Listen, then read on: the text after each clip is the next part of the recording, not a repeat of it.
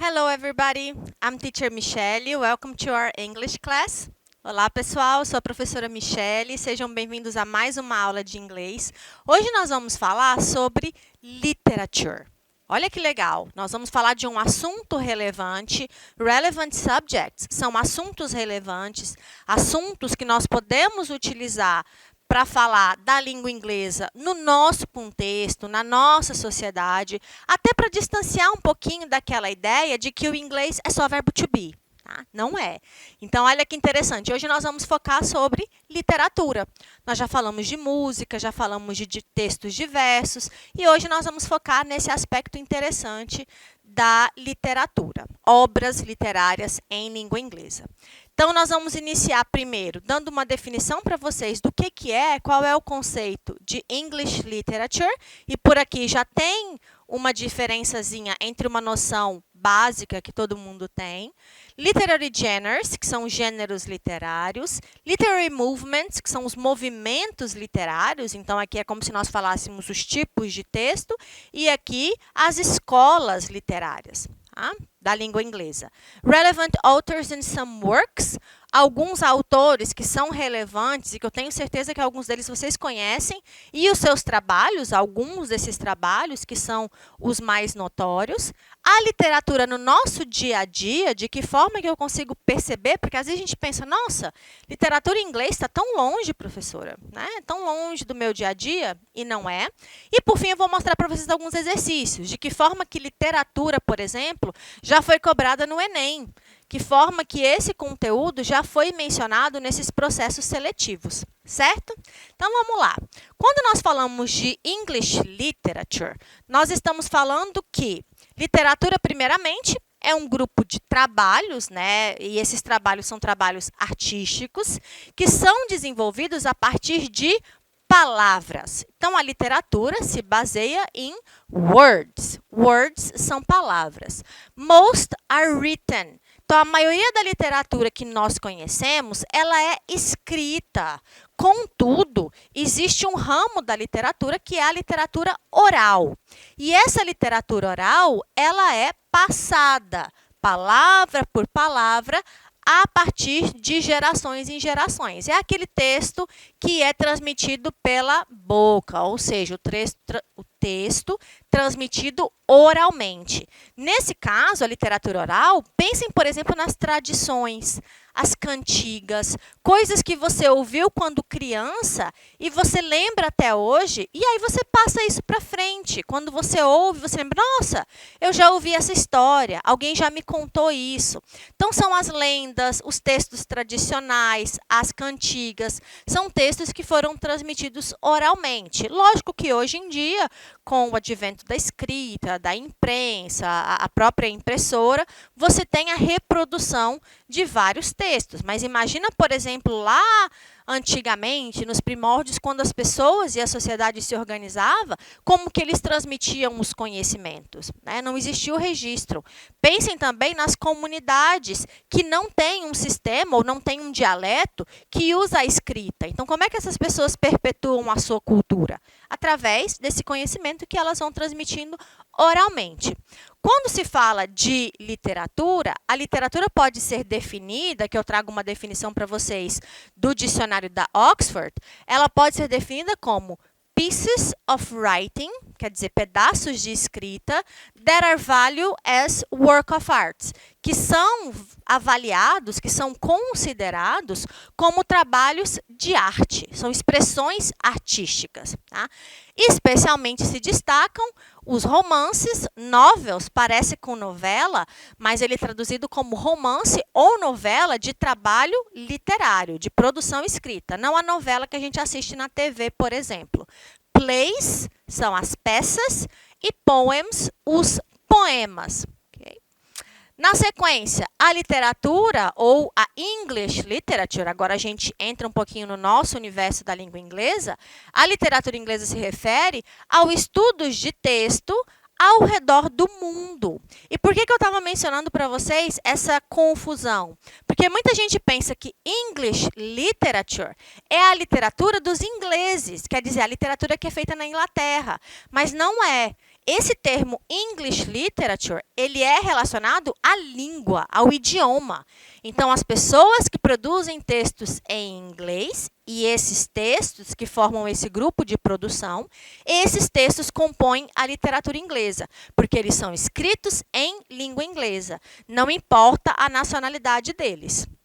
Depois, esse estudo da literatura inglesa envolve reading and analysis of written materials, ou seja, ele envolve a leitura e a análise de materiais escritos em língua inglesa em diferentes tipos, diferentes formatos, poesia, músicas, a prosa, os textos, como por exemplo eu já mencionei, os romances, as novelas, são produções que você vai observar a partir desses textos escritos. O estudo da literatura inglesa a partir dos seus países, ele deve ter o adjetivo específico, considerando o adjetivo pátrio. Então, por exemplo, British literature, aí sim é a literatura britânica, é a literatura do Reino Unido, por exemplo. American literature é a literatura americana, a literatura que veio dos Estados Unidos. Australian literature é a literatura australiana. Então, aí você vai observando que se você quer especificar de um país, você vai colocar o adjetivo pátrio correspondente. Por isso que a gente tem, por exemplo, em português, a literatura portuguesa, a literatura brasileira, a literatura angolana e assim por diante, fazendo referência às nacionalidades ou o país de origem daquelas produções escritas ou daquelas produções artísticas. Quando se fala de literatura de maneira geral, existem várias subdivisões. Eu tenho certeza que vocês já viram isso em português, talvez em inglês seja novidade. Mas no caso da literatura, ela pode ser subdividida em várias formas. Eu vou trazer para vocês algumas dessas subdivisões, certo? No caso dos conceitos, uma das divisões pode ser fictional ou non-fictional. Então, a literatura que é baseada na ficção ou a não ficção, ou a literatura ficcional e a não ficcional. O que seria a literatura ficcional? O próprio nome diz, é uma ficção. O que é uma ficção? Algo que não é real. Então, é aquela literatura que é uma composição imaginary, imaginária. Tá? Então, é um texto que foi criado a partir da imaginação daquele autor, daquela pessoa que desenvolveu aquele texto. Ele é baseado, então, na imaginação do escritor e não na realidade. Olha alguns exemplos. As peças, poemas, textos como contos, short stories, que são histórias curtas, em inglês pode ser traduzido como contos, novels, que são os romances, canções ou a própria literatura oral. Tá? No caso da literatura não ficcional ou non-fictional, é aquela literatura, a não ficção, é a literatura escrita baseada em fatos. Ela transmite algo que seja pontual. E aí, nesse sentido, você normalmente tem o oferecimento de lugares, eventos, personagens, referência de tempo baseados na realidade, baseados em algo que realmente aconteceu em algum momento, em algum lugar, com algumas pessoas. Exemplos desse tipo de texto: as biografias. Elas falam da vida de pessoas reais. É lógico que você pode ter, agora nós temos novos gêneros textuais, você pode ter uma biografia de um personagem fictício. E aí ela volta para essa característica. Tá? Os journals, que são os diários contam eventos, fazem narrações de situações reais. As revistas, os jornais, os relatórios ou outros tipos de trabalhos acadêmicos são baseados em fatos ou baseados em realidade. Nesse sentido, são considerados não ficção ou não ficcionais. Outra classificação que nós vamos observar são gêneros literários. E gêneros literários também oferecem várias possibilidades de definição. Dependendo da fonte que você usa para pesquisar, você pode encontrar diferentes referências. Eu trouxe aqui para vocês as que são mais utilizadas, certo? Então, poetry são as poesias, drama é o drama, e aí as peças teatrais entram nesse gênero, faz referência à classificação, por exemplo, dos textos dramáticos, porque eles são encenados. Novel é o romance. Epic, os textos épicos, que fazem referência a situações históricas, por exemplo. Tragedy são as tragédias. Lyric é o gênero lírico. Comedy, as comédias. E sátira são aqueles textos que misturam um pouco de comicidade, de crítica, fazendo referência a gêneros textuais. Eu trouxe aqui para vocês algumas informações bem pontuais de cada um desses diferentes gêneros, certo? E aí vocês devem estar pensando, professora, por que estudar a literatura inglesa na aula de inglês? Né? É muito comum você pensar que a língua inglesa se resume à gramática, e não é o que acontece. A língua, ela é uma expressão de comunicação. Você se expressa e você se comunica de diversas formas. Então, a língua por si só, ela abrange diferentes habilidades comunicativas. Escrita, leitura, audição, fala, tudo isso faz parte do estudo de um idioma. E aí, quando nós pensamos em leitura, em compreensão textual, que para vocês, terceiro ano, é de extrema importância, o nosso foco acaba sendo na leitura de textos. Que tipo de texto? Qualquer texto. E a literatura, ela é um campo da cultura muito importante. Nós transmitimos o idioma, nós transmitimos ideias a partir da literatura. Por isso que nós contextualizamos esse conhecimento dentro das nossas aulas de línguas. Tá? Aqui eu trago para vocês, como eu mencionei, algumas definições. No caso da poesia, o que se destaca na poesia? Expression of feelings and ideas. A expressão de sentimentos e ideias.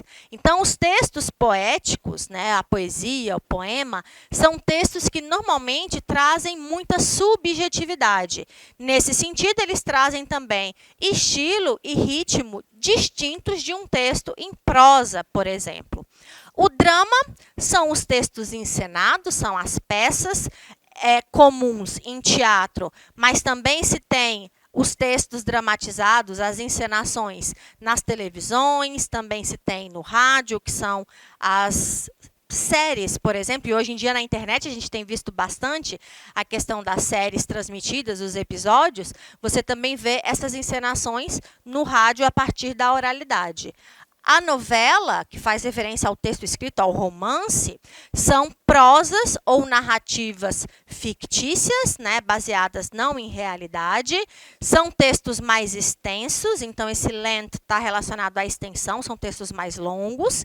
E tipicamente apresentam, por ser uma narrativa, personagens e ação. E esses tipos de textos, romances, eles trazem algum grau de realismo, porque eles tentam simular uma situação de realidade. Os textos épicos, ao longo do tempo, são considerados poemas, poemas de maior dimensão também, são derivados lá das tradições orais antigas. Então, um exemplo, a Odisseia, Ilíada, que são obras muito conhecidas na literatura, que se fala bastante quando se estuda literatura, principalmente a literatura falando do gênero épico, que você vai ver toda aquela trajetória do herói. Então, é muito comum esse tipo de texto. São as aventuras heróicas dessas figuras, desses personagens que são lendários, né? Eles se tornam ícones e fazem parte da história de nações, história de países. No caso da tragédia, são peças também, tá? Quando se fala de tragédia, são peças que tratam de eventos trágicos, normalmente tem um final que não é feliz e tem uma preocupação com o desenvolvimento do personagem. Normalmente esse personagem ele tem um downfall, que é uma queda, tá? Ele sofre muito ao longo da sua trajetória. E o lyric, que faz referência também a essa questão do gênero, são poemas que podem ou não apresentar versos. Tá? Dessa classificação que eu trouxe para vocês, a comédia é um texto que se define com o objetivo de entreter ou de divertir o leitor, e a sátira é o gênero que baseia-se muito no exagero, na ironia, no humor, na crítica, na ridicularização ou na exposição das falhas do ser humano, tanto da sua natureza quanto do seu comportamento. Behavior é comportamento em inglês. Esses gêneros, pessoal, dependendo da fonte, né, que você vai fazendo as suas pesquisas, você pode encontrar apenas os 3 gêneros principais, falando do épico, do lírico e do narrativo. Você pode também encontrar subdivisões. Então, por exemplo, a poesia entra no lirismo. Então, você pode encontrar diferentes fontes fazendo referência. O que eu trouxe para vocês são alguns dos mais utilizados e das maiores definições. Quando nós falamos dos movimentos literários, é você pensar na evolução da literatura ao longo dos séculos. Então, a gente tem a questão do contexto histórico e como esse contexto histórico afeta a produção literária daquele país, daquele local, daquela região, e como isso também impacta a própria criatividade do compositor, daquele autor que está desenvolvendo. Destaquei para vocês alguns também, aqui não são todos, tá? Old English, que é o inglês arcaico, é o inglês antigo. Nesse período, a maioria das literaturas era só oral. Aí a gente tem o Middle English, que é o inglês medieval, começa a haver uma transição da oralidade para a parte escrita. Período da Renascença, que é considerado o período elisabetano, que você tem a maior quantidade de produções literárias, tá? É o período da Rainha Elizabeth. Neoclassicismo, o período romântico, período victoriano, eduardiano, georgiano, e aí vocês observam que é um nome, né? É o nome dos reinados, faz referência aos reis e rainhas desses períodos históricos, considerando que a Inglaterra tinha uma predominância em vários territórios. Tá? Essas nomenclaturas também podem ser substituídas por outros termos. Por exemplo, como eu mencionei, o período elisabetano é mencionado como o período do Renascimento, Renaissance, mas também é possível você observar o período da Restauração, então você vai encontrar também diferentes nomenclaturas. Aí nós temos o período moderno e o período atual, que é o pós-moderno, né? O período contemporâneo em que nós temos as produções. E aí, para contextualizar na nossa realidade, eu trago alguns autores que vocês talvez já ouviram falar. O mais conhecido da literatura inglesa, William Shakespeare, né? O mais conhecido, a maior renome, é considerado o pai da literatura da língua inglesa. Ele foi um autor que conseguiu desenvolver peças em diferentes gêneros, então ele escrevia tanto épico, quanto tragédia, quanto comédia, e se destaca das obras dele Sonho de uma Noite de Verão, O Mercador de Veneza, A Megera Domada, Romeu e Julieta, Hamlet, Otelo, e essas produções literárias muitas vezes influenciaram vários autores e vários produtores de literatura, por exemplo, no Brasil. Machado de Assis, por exemplo, se baseou muito na literatura shakespeariana. Outros exemplos, Jonathan Swift, que é o autor das aventuras ou das viagens de Gulliver, que talvez vocês já viram, tem filme. Daniel Defoe, Robinson Crusoe. A Jane Austen, que foi uma das primeiras autoras, né, mulheres reconhecidas nesse tipo de produção, ela escreveu Emma, Orgulho e Preconceito, Razão e Sensibilidade, que são obras que falam muito dessa questão da independência feminina. Charlotte Brontë, que escreveu Morro dos Ventos Uivantes, e Jane Eyre, também contribuiu bastante para a literatura. George Orwell, que tem sido muito citado recentemente, ele é autor da Revolução dos Bichos e do romance 1984, e Charles Dickens escreveu Oliver Twist e O Conto de Duas Cidades. A literatura na nossa vida é aquela literatura que nós pensamos como um retrato da realidade ou dos padrões de pensamento e comportamento da sociedade. Esses diferentes gêneros, quando eles se agrupam, eles compõem a literatura de um país. Os trabalhos literários vão desde, por exemplo, a Bíblia, que faz parte do nosso cotidiano, a questão dos contos populares, a literatura infantil, tudo isso faz parte do nosso contexto e eles são princípios que ajudam a guiar e a pautar a nossa vida. E aí eu trago aqui para vocês alguns exemplos de como essa literatura está presente no nosso dia a dia, nos livros ou mesmo nos filmes, nas adaptações da série, dos livros em séries e filmes. Tá? Então, com certeza vocês conhecem Harry Potter, Drácula, Frankenstein, o retrato de Dorian Gray, Sherlock Holmes. Então, são alguns exemplos. E no caso do Enem, pessoal, observem, tem vários exemplos de poemas, canções, fragmentos de romance, inclusive alguns que eu mencionei para vocês já foram citados, como, por exemplo, alguns anos atrás, fragmento do romance 1984, do George Orwell. Ok? Então, deem uma olhada nisso. Nós encerramos por aqui. Muito obrigada pela atenção e até a próxima. Bye, bye!